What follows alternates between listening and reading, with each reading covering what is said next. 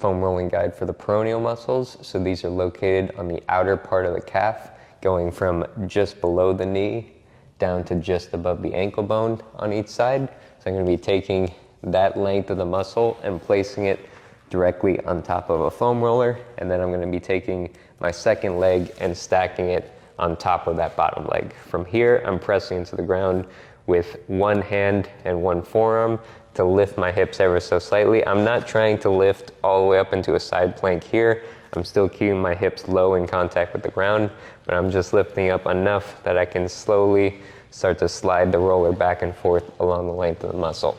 Now, what I'm looking for here are any spots that feel particularly tight, tender, or painful. Once I find one of those spots, I'm gonna stop on it, give myself a little bit of space by moving the top leg, and then from here, I'm gonna start moving my ankle side to side. So going down towards the ground, up towards the ceiling. Down towards the ground, up towards the ceiling. I'm gonna do that for anywhere from 10 to 15 repetitions at a time. And what I'm trying to do is work out the knot in that muscle to help restore range of motion, decrease pain, decrease tightness. Now, with the length of this muscle, you could be finding multiple different spots like this that are tight or tender. So if that is the case, you would want to work out each of them separately. So say now I find another spot that's lower down my ankle, I would hold there and I would do the same thing. I would start moving up and down, again for anywhere from 10 to 15 repetitions at a time. This is something that you would repeat on the other leg, with that other leg now placed on bottom and the leg that you just did on top.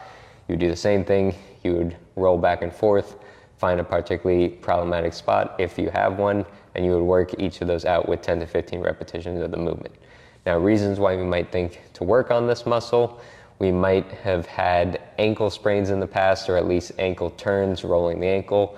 If that is the case, you probably have some knots and tightness in this muscle you want to work out.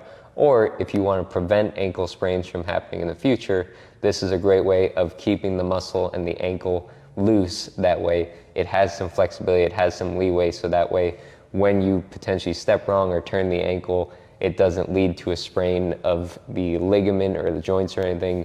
Rather, it just turns the muscle because your ankle is flexible. And if you're also dealing with any pain in the lower leg, whether it's directly in the calf, behind the back, or especially if it's along the outside, this is another good reason to check on this muscle and see if it has any tightness.